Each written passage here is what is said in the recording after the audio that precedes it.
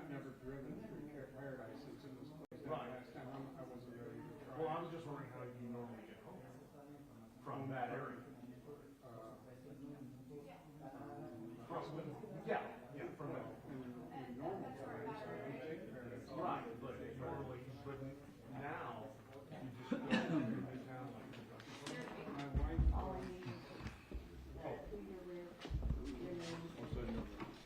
Never side you want to get them. And that's for the governor, but she's not going to be here for a while, I don't think. I wanted to record this, but you got this?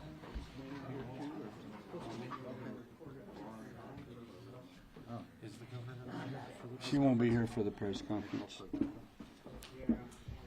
She won't. They said she's probably going to be here this afternoon.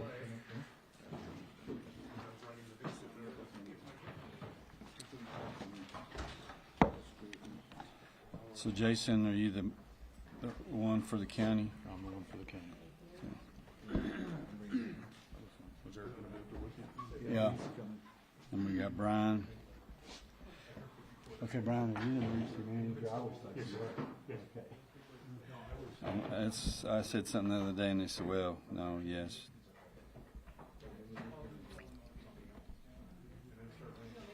Now all I'm going to do is go over all the points, and then we'll open it up to questions.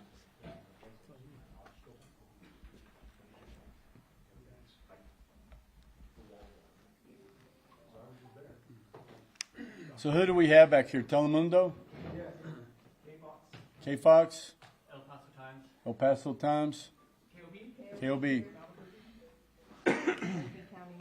Lincoln County News? Ruidoso News? Ruidoso News, thank you. Lincoln County Leader, sorry. Lincoln County what? Leader.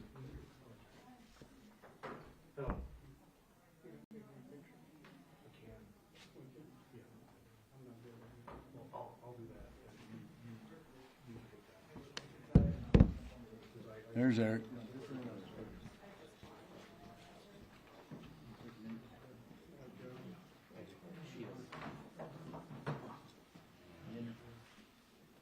Minner.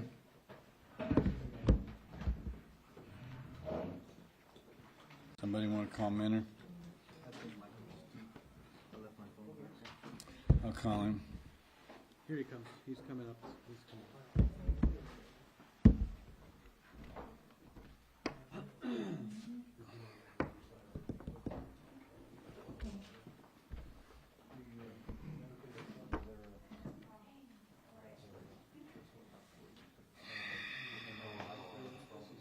Get him on silent?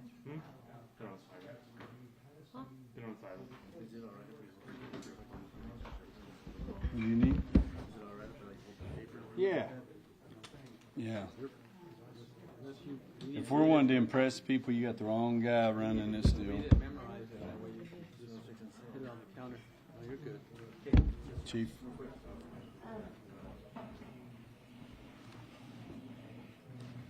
When you open, let's take this off. Oh. When you open the press conference, why don't you start over here and introduce everybody? Okay. They're on the sheet that they have, but Okay. just do it.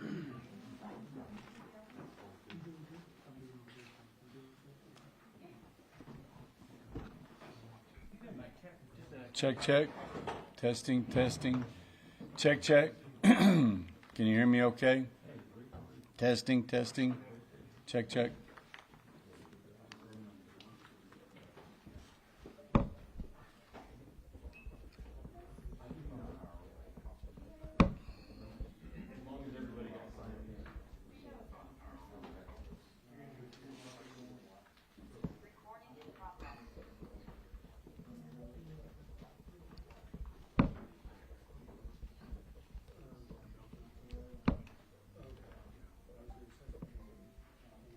Testing 1 2. Testing 1 2.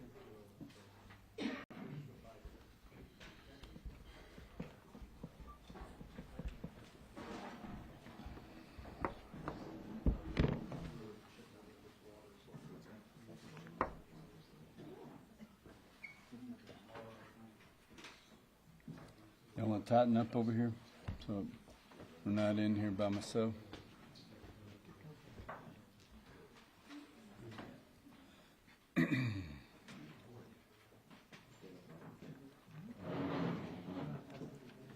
Judge, did you cancel some hearings this morning? Did you cancel hearings this morning? Yeah, we had one that called. I was going to call you. I didn't get to it. Sorry.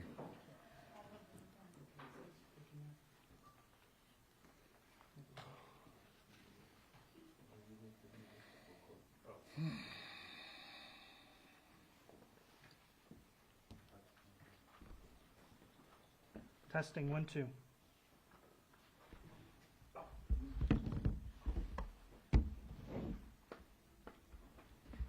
So what we're going to do is I'm going to go over a brief description, then we'll open it up to question. If it pertains to you, we'll call on you. You come over and you all answer your questions. Yes, sir. Thank you.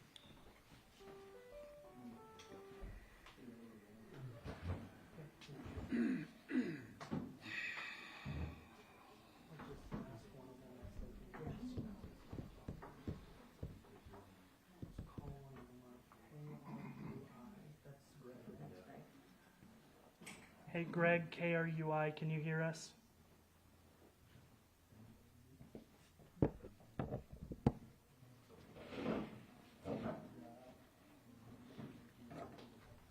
Testing. Can you hear me okay, Greg? You got it? Okay, we'll do another mic check. Everybody good? You can hear me okay? Got it? Got it? We got 1 minute.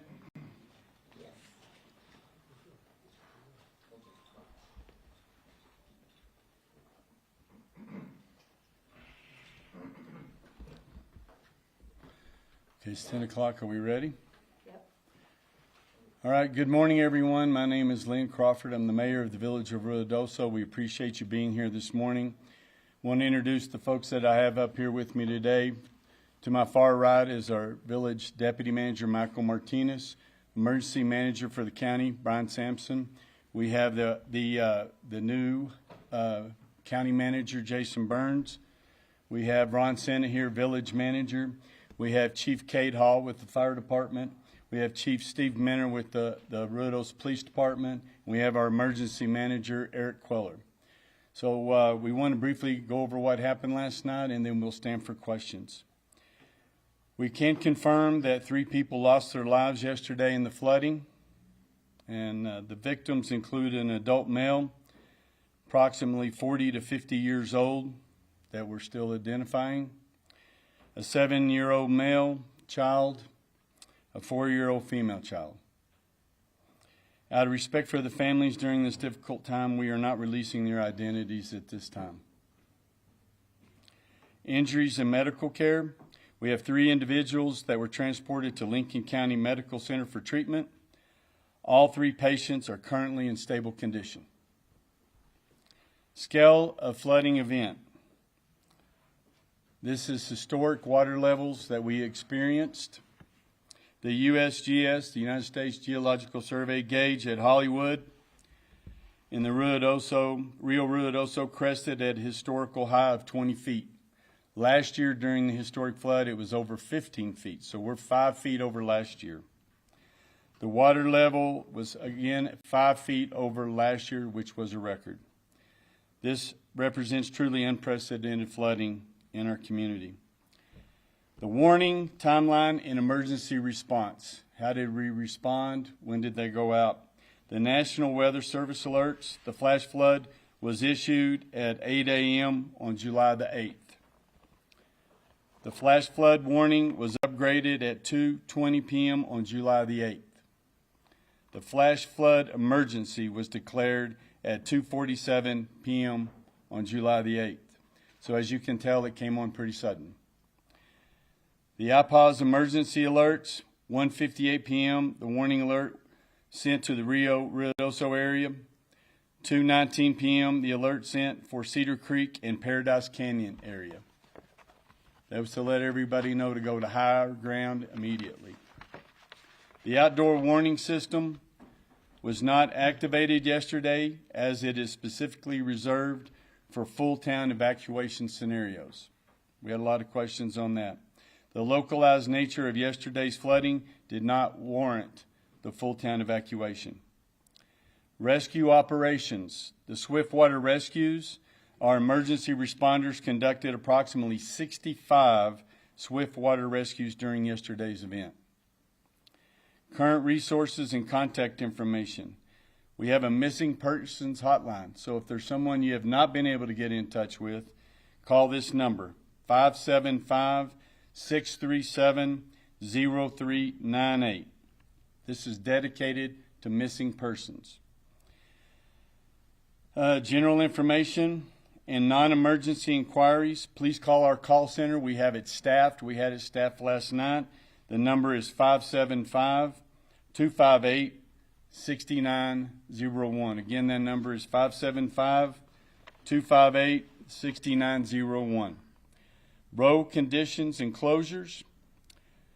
The question is, what roads are currently closed and when will they reopen? Currently, there are 12 road closures throughout the village.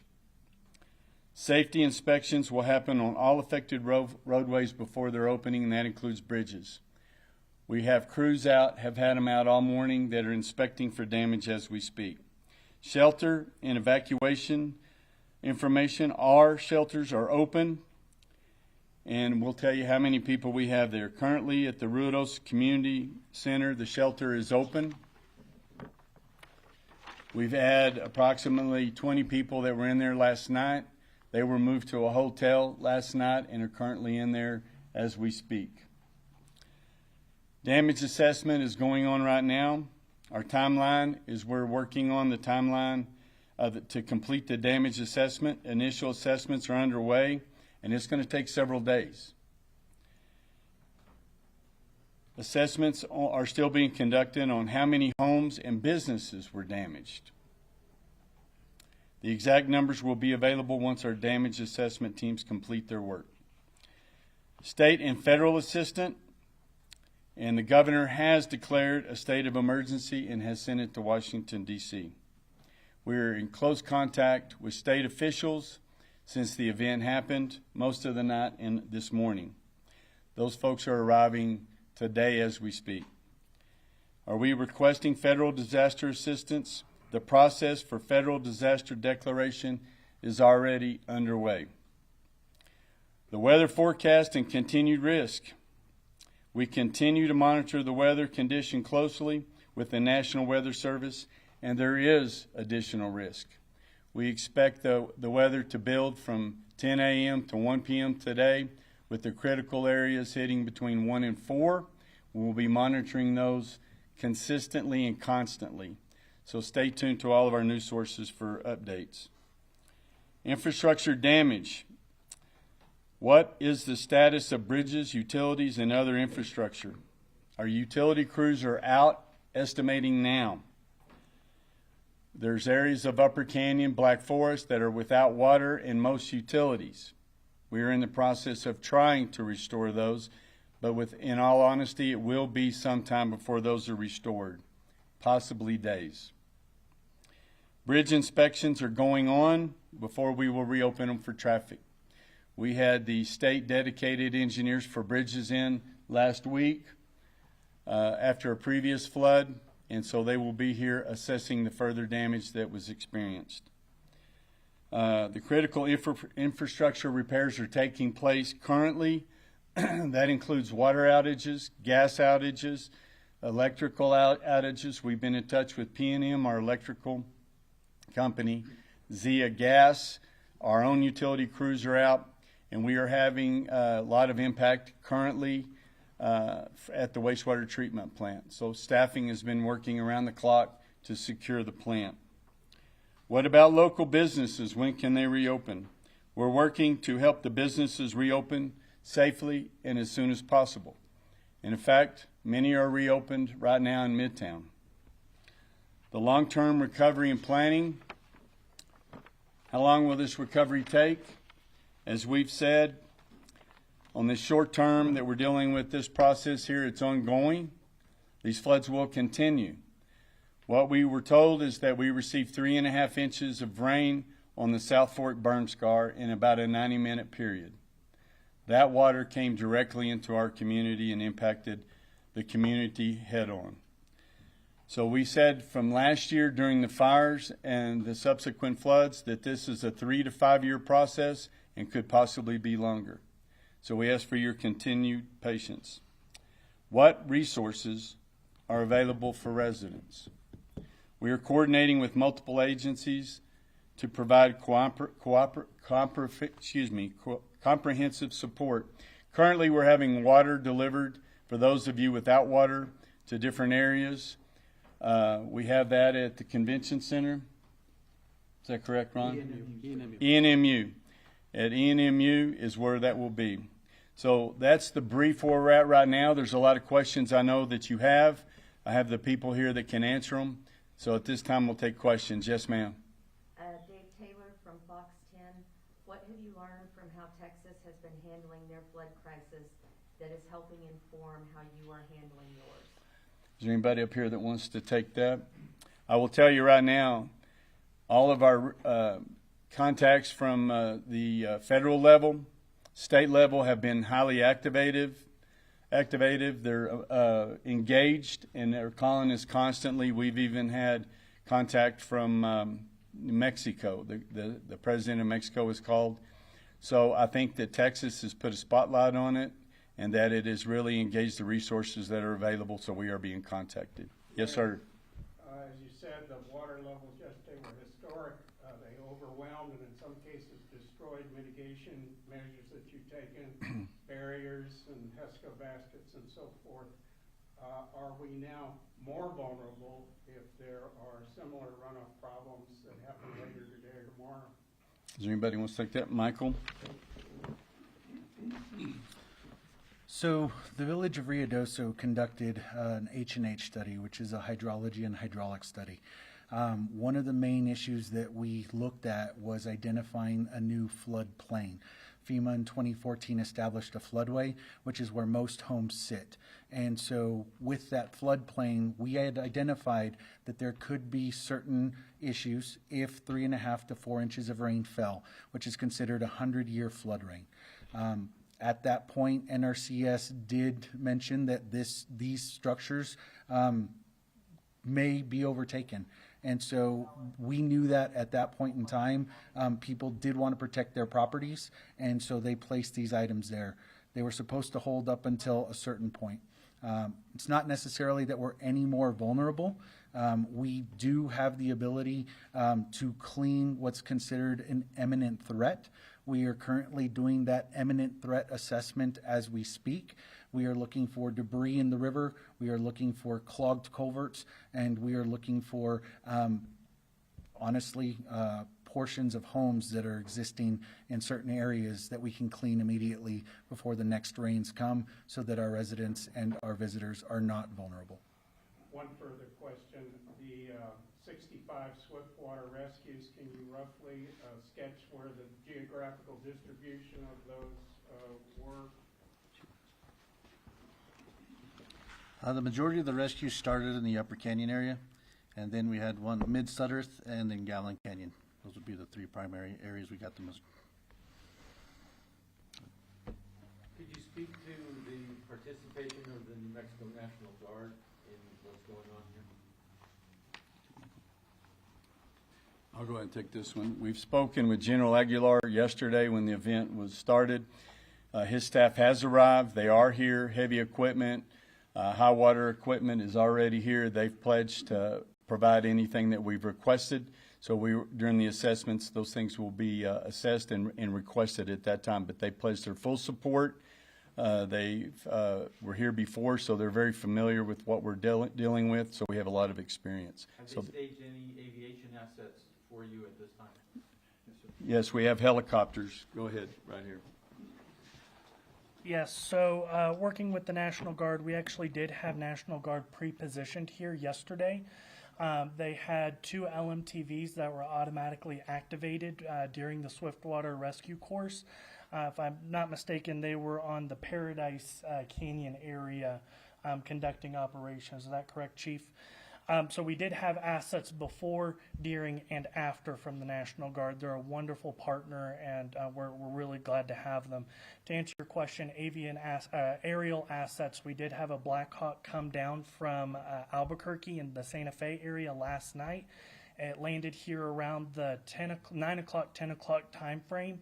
That was when we were still doing search and rescue operations. And making sure that we had those aerial assets to provide lighting support along the Rio Ruidoso. So we did have avian assets last night, and then we also have a helicopter here today, a helo here today.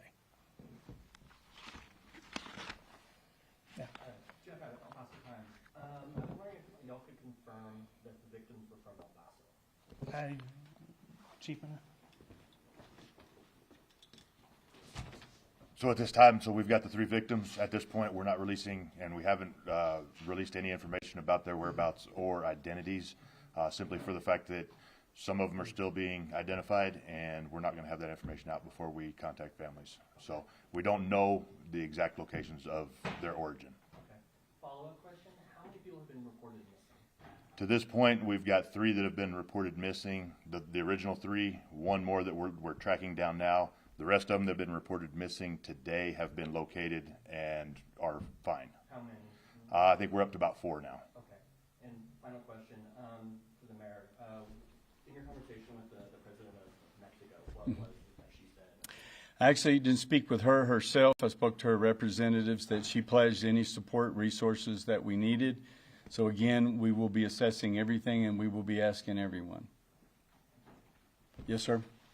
Mr. Mayor, Steve Patterson with NBC News. I spoke to a few residents who said that although perhaps a town-wide alert may not have been applicable in this situation, that they are accustomed to hearing these sorts of alerts in these sorts of emergencies, specifically when dealing with like the fires that you've had.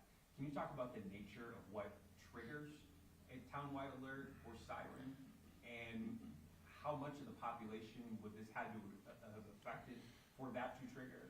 And if that alert or siren should have been triggered in this case? Sure. Emergency manager. We'll let Eric Queller field that. So let me repeat your question. You just want to make sure that I'm understanding that correctly. So we're going over the types of alert systems that the Village of Ruidoso has, and then the trigger points for those alert systems. Is that correct? Yes. So the village has a multi-layered alert system. We have our Call Me Ruidoso system, which is something called an opt-in system. This is where residents and visitors have to subscribe to get emergency alerts. That's based on their geographical location, so their home address. They also add their home phone number, their cell phone number, and anything else they want to add, like their email addresses or social media accounts. So that's our opt-in system. That's the Call Me Ruidoso system. We also are a partner with the federal government in the IPAWS system. It's the Integrated Public Alert Warning System. This sends alerts through the wireless emergency alert system. That's the Amber alerts that you get on your phone, as well as the non-weather emergency alert system. That is your NOAA weather radios. And then you also have your EAS, your emergency alert system. That's your traditional media sources, so your cable network televisions, as well as your AM and FM stations in the region. So we have access to that as well. And then lastly, we also have the outdoor warning system, which is your traditional siren that you'll just hear a one tone. And as the mayor said, the current standing policy right now is full town evacuations. A lot of residents will remember this. About a year ago, or I guess now it's been about a year and a little bit more, as we used it during the full evacuation of the town during the South Fork and Salt fires. So, and then lastly, the ultimate last layer, which we did implement yesterday, was the door-to-door knocking. We had Public Works, we had fire, and we had police and Parks and Rec folks going along the Rio Ruidoso and evacuating communities as the wall of water was heading this way. So we always urge citizens not just to rely on one emergency alert system. Always have multiple ways to receive emergency alerts because one of them could fail. So layers save lives. So we did implement the Call Me Ruidoso system, as well as the iPause system for those local alerts to say to get to higher ground. Again, as the mayor said, for that Cedar Creek area and the Rio Ruidoso area. Where exactly were the two children who died, and where exactly was the adult male who died? I hand that over to Chief Bender. So all three victims were reported missing from the same area on Sudworth Drive, which was an RV park, and they were all found downriver, anywhere from a quarter mile to it would be about 2 miles downriver. Where was the RV park? Which one? Riverside RV Park. Chief, are those victims related? 2 of the victims are correct. Yes. The children? Yes. I have a question. So Luis Apalaca with Telemundo. You guys were mentioning that some businesses are reopening, but as well you guys are assessing the damage. Are you guys encouraging people not to come to Ruidoso right now, or what's the current situation? We are not encouraging people to come to Ruidoso right now. It's just not safe. We have a lot of damage that's being done. While there are folks in town that is safe for them to be here where they're at, but no, we are not encouraging people to come to town. KOB? Cassie Foot with KOB. Last night we started reporting on the Swiftwater rescues and that people had been swept away in the flooding. And then we got a phone call from another person at a different agency with the village saying that that was completely untrue. Was there a communication breakdown, and did that hinder rescue efforts? I'm not aware of any breakdown, Chief. I don't know who you called or whatever, but we have 3 of our own trained Swiftwater rescue teams with equipment, boats and all, that were ready to go and were implemented immediately. So I don't know, maybe there was miscommunication, but that was never hindered whatsoever. That was immediately. What time did that first Swiftwater rescue begin? Do you have that time, Chief? I'm not sure when that was. I don't have that information in front of me. Yes, ma'am? Well, I saw on social media, I'm Melissa Herrera, KPOX CBS in El Paso, how at least for one person, several of their horses were lost. Have you guys heard anything more about that, about other animals, especially people here having their ranches and stuff like that? Well, we have heard of some. I don't have a total by any means. We're still part of the assessment. I do know that I was told that there were 8 horses that were dead, and then quite a few, dogs and cats and smaller animals like that. Yes, sir? Jesus Baltazar, KTSM. Just spoke to some residents around the Hollywood neighborhood, residents as well as business owners. They mentioned some of the issues that they've expressed is drainage, the culverts, but they mentioned they said that they're told by city officials it's been an issue because I believe the state owns the highway, DOT, I believe. Mm-hmm. If you can explain to some of the logistical challenges in terms of being able to address those issues. Now combining that with, you mentioned that over 3 inches of rain fell in the burn scar, and that affected it even more, and how you guys have not been able to clear out that because it's a National Park Service. Okay. Ron, I'm going to have the village manager.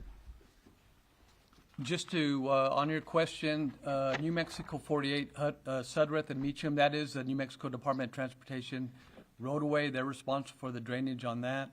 Other areas that we have within our local jurisdiction, our roadways, we're responsible for the culverts, for the drainage on those properties there. But we do work with Department of Transportation. We have an ongoing project there at the intersection, Highway 70, New Mexico 48. Department of Transportation also is working on a drainage project that's going to interface with ours, and they are a great partner of the village, and we work closely with them. But just with the drainage, with the as we've been said, these are uncommon with the burn scar, the flows that are hitting us, and back to Mr. Tomlin's question about the flooding or whatnot, being prepared for that with all our bridges and our structures. Our staff is doing cleanup. We have the Department of Transportation that's inspecting all of our bridges because we are going to receive some more rainfall. We may have some additional flooding. We want to make sure this infrastructure is secure and we're able to not lose a bridge. We've already lost one next to the boundary of the Mescalero Reservation, and we were in the process of procuring a contractor to replace that on a temporary basis, but on all of that, we're working on it. Would you say there could be improved collaboration, whether it's not only with DOT or the National Park Service to improve infrastructure? Well, we work closely with our federal agencies. This project here on the high T project that we're proposing here, doing the design on Highway 70, New Mexico 48, is with the EDA, Economic Development Administration, and we work closely with the Federal Highway Administration also, and with FEMA. It is a long process in order to receive those funds. Whenever with FEMA trying to work, you have to have it all approved, and once the funding's approved, you still have to have the design work done, and there's environmental processes, there's doing the state historical preservation, also that study for the state of New Mexico, so there's a lot, but we collaborate, and my staff is all the time, they're contacting and working with the federal agencies. Have you been in touch with the owners of the racetrack, and can you tell us anything about the racing season and about the possibility, if ever, of repairing the racetrack where it sits today? I don't want to speak for the racetrack ownership, but I have been in contact with them. The racing season is canceled for 2025. The assessments are being done on the racetrack. The culverts that were put in held. So I do not know what the future is. As you can imagine, emotions are raw after all the work and planning that went into that, and now for it to be destroyed. So there'll be more determinations made on that later. Yes, ma'am. Maddie Powers from KLBK KAMC. Is there any sort of estimate on how many homes have been damaged or lost? Do you have that right now? Okay, Eric. So these are preliminary numbers, and I want to repeat that, preliminary numbers just through our windshield surveys. We're looking anywhere from about 35 to 50 plus. We're still ongoing with our damage assessment. So just to, again, reiterate, these are preliminary. Is that just homes or homes and businesses? That's just going to be homes at this moment. And she has a follow-up question. Is there anything people can do to help those impacted by the flood? Yes, so there's a couple of things that you can at home do, or if you're wanting to give. We do have a donations reception center at the Humane Society resale shop. It's going to be on the US 70 corridor. That is just a reception center. That is not a point of distributions. That is just processing all the donations coming into the community. We want to reiterate, and you probably heard it last year, is using the Community Foundation of Lincoln County. We are pushing everyone to donate monetarily to that organization. They will help other organizations in the community diverse those funds, as well as help long-term, intermediate, and short-term recovery operations. So Community Foundation of Lincoln County, as well as the Donation Reception Center, which is at the Humane Society on US 70. Can you provide any further detail on the Swiftwater rescues? Were they people from vehicles? Were they people in trees? Were they people in campers? So, yes, sir, they're all the above. We had people in trees, we had people in the water, people trapped in houses with water coming into them. You name it, we were having to address it.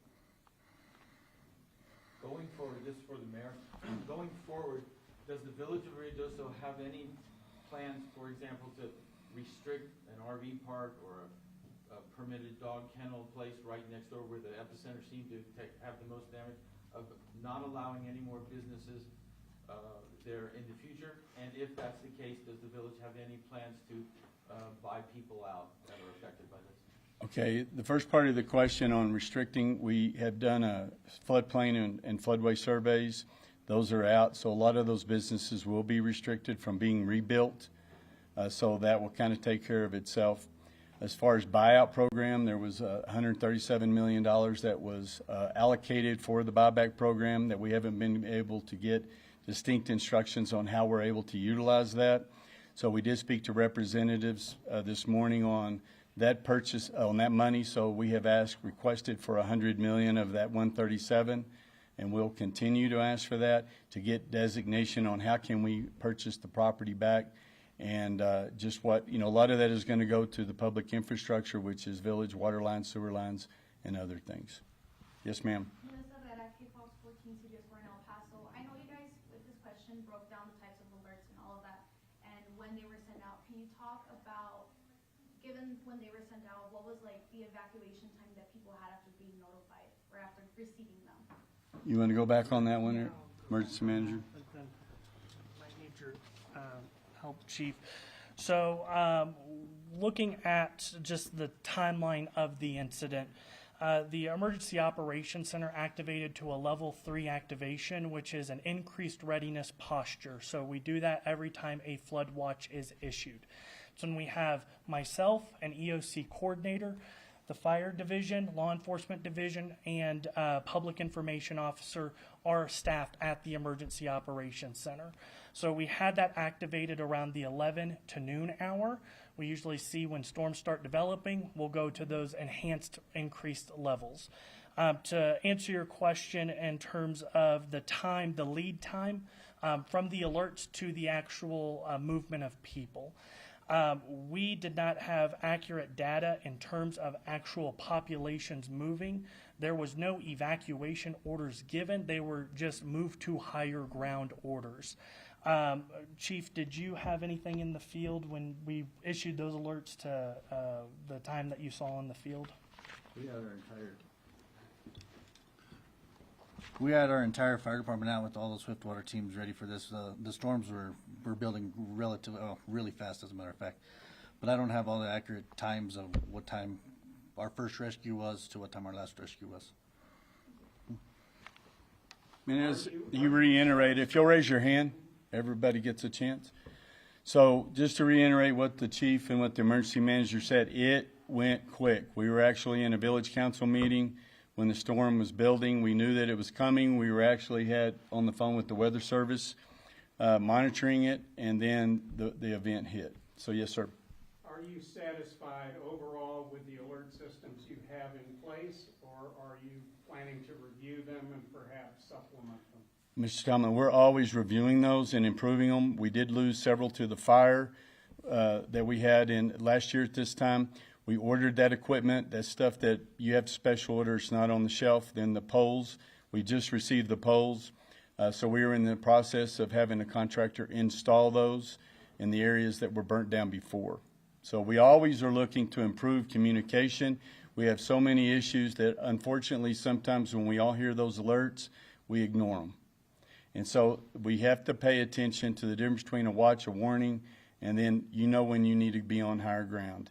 So right now you need to make sure that you are on higher ground, and we're thankful that this happened during the day. Yes, ma'am.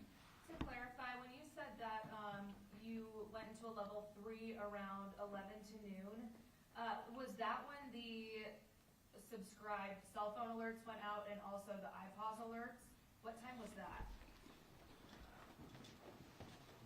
So just a point of clarification, those are internal alert mechanisms for village staff for Emergency Operations Center functions. The first community alert that was issued by the National Weather Service was at 8 a.m., and that was a flood watch. The first flash flood warning, and I want to reiterate that it was tagged with a considerable tag, and that does the wireless emergency alerts or the Amber Alert system. That was at 2:20 p.m. And then lastly, at 2:47 p.m., that was when the National Weather Service issued a flash flood emergency, which also reactivates all of the phones. So just a clarification, those level 3 activation, that was just for internal staffing positions. It wasn't until, again, 2:20 that the first flash flood warning went out by the National Weather Service. And when you say alerts all the phones, that's through iPause then? That's through iPause, yes, And then ma'am. when did the Call Me Ruidoso alerts go out? It's the same system. Yep. Okay. And is this, I'm sorry, is this in tandem with the door knocks and the crews going door to door and alerting people as well? That's correct. And that was at the flash flood emergency, which was at 2:47. And yes. So one of the other items that I think is very critical to understand is that when the EOC is stood up during the rains, and because we understand that there's going to be flooding and flash flooding because of the burn scars, the village has come into a process of pre-establishing, pre-positioning teams. Last year, we had our firefighters trained as Swiftwater teams so that when we do set up from 11 to 2, prior to the actual issues, we have our public works teams that are actually on bridges monitoring water and debris to watch where the headwaters are at. We have our firefighters and our police officers positioned in key areas that we understand are going to flood due to the H&H studies that I mentioned earlier and to the floodplain studies. We have Swiftwater teams pre-positioned in areas that are going to flood that we know of. So it's not just that we're relying on the alerts to let people know you have to get out. We understand that some people have alert fatigue. We understand that some people are not familiar with those alerts. And so it is specifically for that reason, and there was a clear example of that the fire chief was at yesterday with a team. We knew certain areas were there. They pre-positioned those teams. They were in the water, able to save people, because some individuals either, for whatever reason, were still in those places.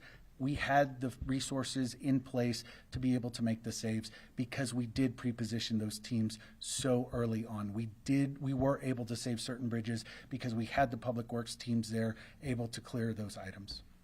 Are there any tools that the public and residents can use that are maybe like real-time road closures? Yes.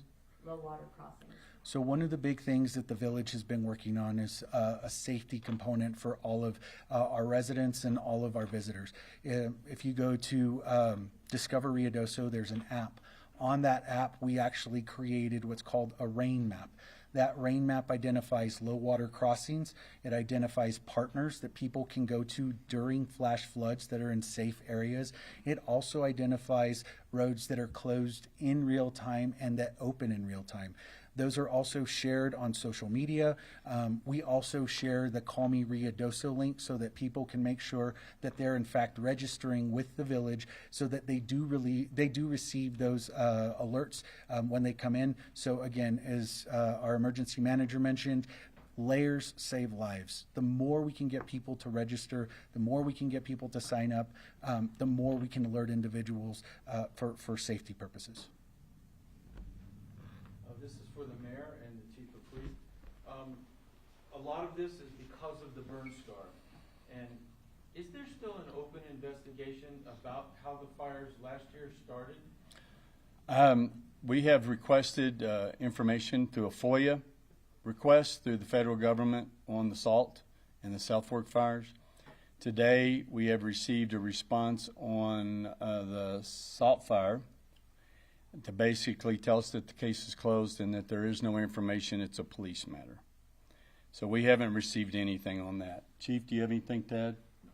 So there's no open investigations on how either of those fires started last year? Not that I'm aware of, and that's one of the things that we've been requesting, and when the village receives the additional FOIA that was requested, we will be posting those on our website so everyone can see what we're having to deal with. So that's been like 14 months already? Yes, sir. Yes, sir. Anybody else? Yes, sir. I did have an email from the investigating agency on the salt fire just a week or two ago, in which they said that investigation remains open, and in fact we had a story in the paper to that effect. The South Fork fire was supposedly conclusively determined to have started with a lightning strike. Do you have doubts about that? Well, it's not that we have doubts, it's just that we have a lot of questions, a lot of people have doubts, so we've asked for the information that they had to make that determination so that we could share it with the public. And that's simply, it's just as simple of it. So we received it, basically, we were asking the information on the salt fire, what did you see? And they told us it was a confidential police matter, there would be nothing else done, but we were told that the Attorney General looked at it and was not going to prosecute. So that's where we're at right now. That may change. Anybody else? Yes, sir. This may be beside the point, but is mail service still operational in affected areas in Ruidoso? I'm not aware. Sure. I haven't. That went kind of with our pothole program. that's not on the top of my radar right now. Anybody else? Yes, sir? Sergio Delgado with KFOX 14 CPS 4. Monsoon season is still underway here. Considering, what happened yesterday and what's been happening these past couple of weeks, are you guys considering any changes to the way you guys manage these sort of situations moving forward? Well, we're just going to get better at what we do. As you heard, we were really prepared. The EOC was stood up, has been stood up for some time. The internal alerts went off. The staff was brought in. When we talk about staff, we're talking about people that work in other departments for the village. They may be in the water department taking your payments. They may be in the short-term rental department, planning and zoning, that they have been trained to run the call center, to manage donations, things of that nature. So this, we've practiced these things. We've had tabletop exercises before this event happened. We will continue to do that. So with each event, we know that they're coming. So we're trying to be better prepared. As the emergency manager said, and the manager and the fire chief, we had staff pre-positioned in our choke point areas. What do I mean by that? That's areas that are prone to flooding. So we had manpower and equipment that was ready at a safe distance. So when the flooding started receding, we were able to move in to start removing debris so that the culverts, the bridges, and everything would remain free. And then those are things that we've done. We just get better with it every day. But it is getting, where we have regular jobs. The village staff has duties that they have to perform on a daily basis anyway. And I was joking about the potholes, but that's one of them. We're in the middle of our paving season. So we have a lot of paving companies in town that now can no longer pave. We have housing development that we've been working on for several years that are in the final phases, that with this rain, it slowed it up, the last bit of it, so that we could get families in those homes. So we are just preparing more to be ready. Yes, sir? Are the teams that were out yesterday out today? Yes, sir. Yes, sir. Everybody will be out. They're doing assessments right now as we've spoken up to see what kind of damage that we have, and then if there's anything that we can shore up, say debris that is still on culverts, to get that removed so that when the next event comes through, that we have clear culverts. Anybody? Yes, ma'am. What kind of economic impact having to cancel the rest of the racing season will have? Well, I can tell you the racetrack is $150 to $160 million a year impact to this region. That it employs 500 to 600 people out there. This was the second leg of the Triple Crown of Quarter Horse Racing, which was supposed to start this Friday, Saturday, and conclude on Sunday. That is not happening.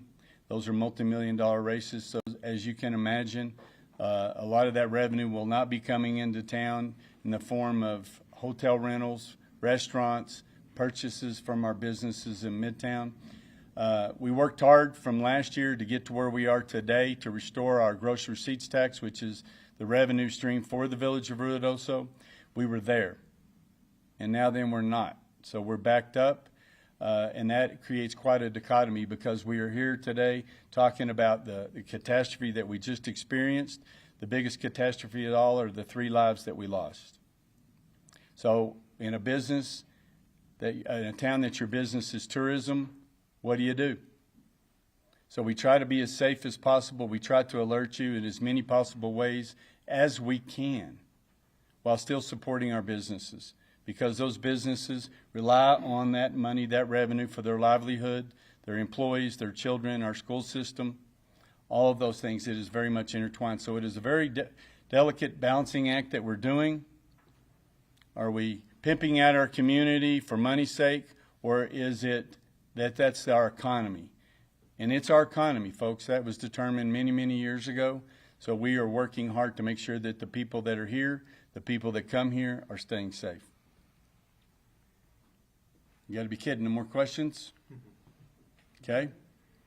For anybody that's interested, over here on the wall, we've got our monsoon awareness info tool, which is available for residents, and that's where you can find the rain map.